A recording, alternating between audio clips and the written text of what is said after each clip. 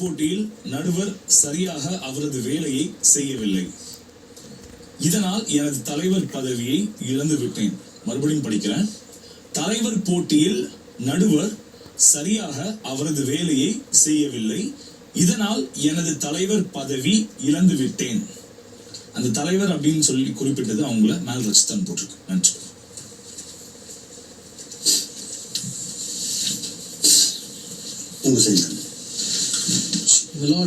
இந்த கேஸ்னுடைய பிரேயர் என்ன அப்படிங்கிறத, முறையீடு என்ன அப்படிங்கிறத இன்னும் கொஞ்சம் தெளிவாக சொல்லணும்னு நான் கேட்டுக்கிறேன். ஏன்னா அவங்க நடுவராக இருந்தாங்க. நடுவர் வேலையை அவங்க சரியாக செய்யலைங்கிறது அவங்க எதை மீன் பண்ணுறாங்க அப்படிங்கிற கிளாரிட்டி எங்கள் தரப்பு. கோல் பாயிண்ட்ல தான் அவங்க காலை பிடிச்சி நின்றுட்டு இருந்தாங்க. அவங்க விழுந்தாங்கல்ல, கோல் பாயிண்ட்ல தான் நின்றுட்டு இருந்தாங்க. காலை பிடிச்சிட்டு தான். அவங்க விழுந்தாங்களா இல்லையா? கண்டிப்பா விழுந்தாங்க. கோல் அடிச்சதுக்கு அப்புறம் தான் அவங்க விழுந்தாங்க. கோல் அடிச்சதுக்கு அப்புறம் தான் விழுந்தாங்களா? அவங்க காலை பிடிச்சிட்டு நிக்கும் போது நான் இப்படி பார்த்துட்டு இங்க பார்க்கும்போது தான் ராம் அப்படிங்கிறவங்க வந்து கோல் அடிச்சாங்க. ராம் சூப்பர் ராம் அப்படின்னு சொல்லிட்டு தான் நான் இந்த பக்கம் ஓடுனேன். ராம் சூப்பர் ராம், நீ சூப்பர் அப்படின்னு சொல்லிட்டு தான் இந்த பக்கம் ஓடுனேன். அப்புறம் தான் அவ வந்து கால் பிடிச்சிட்டு எல்லாருமே மணில இருந்து எல்லாருமே அவளை போய் பிடிச்சதுனாலதான் நான் அதுக்கப்புறம் தான் ஓடுனேன். சோ உங்களோட தரப்புப்படி கோலுக்கு அப்புறம் தான் அவங்க விழுந்தாங்கன்றீங்க. கோலுக்கு அப்புறம் தான் நான் போனேன்னு சொல்ல வரேன். நீங்க போனதை பத்தி நான் கேட்கல. கோலுக்கு அப்புறம் தான் அவங்க விழுந்தாங்களா இல்ல கோலுக்கு முன்னாடி அவங்க விழுந்தாங்களா? அவங்க காலை பிடிச்சிட்டு இப்படி உட்கார்ந்துருக்காங்க.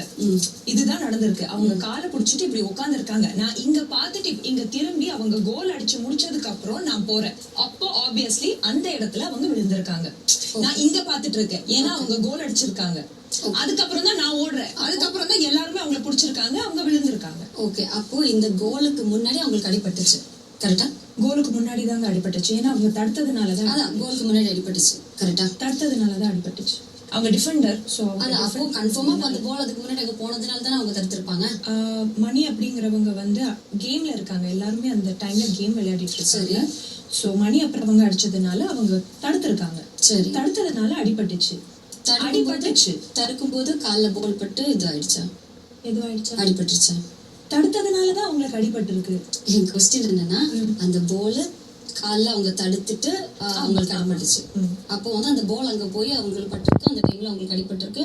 அப்போ அவங்க அங்க உட்காந்துருக்காங்க. அதுக்கப்புறம் தான் அந்த போல் எடுத்து அவங்க வந்து கோல் போட்டிருக்காங்க. கிடையாது. அடிபட்ட உடனே பவுன்ஸ் ஆகி போன உடனே ராம் அதை எடுத்துட்டு போயிட்டாரு. ஓகே, அப்ப ரெண்டும் ஒரே டைம்ல நடந்துச்சுன்றீங்களா? ஆமா, பவுன்ஸ் ஆன உடனே ராம் மணி முன்னாடி வந்துட்டாங்க. ராம் அந்த பவுல் இது பண்ணிக்கிட்டு அவங்க கோலுக்கு போயிட்டாங்க. ஓகே, என்னோட முதல் கேள்வி என்னன்னா, ஓப்பன் அண்ட் காம்படிஷனுக்கு அடிபட்டுச்சு. ஸோ ஆப்வியஸ்லி கவன் எல்லாருக்கும் கொஞ்சம் அங்கே செதறி இருக்கலாம். எல்லா காம்படிஷனுக்கும் பார்த்துருக்கவங்களுக்கு எல்லாருக்கும் அங்கே இது கவனம் அங்கே போயிருக்கு. அடிப்பட்டவங்க கிட்ட இருந்து ஆப்வியஸ்லி மனிதாபமுள்ள எல்லாருக்கும் அங்கே கவனம் போயிருக்கும்.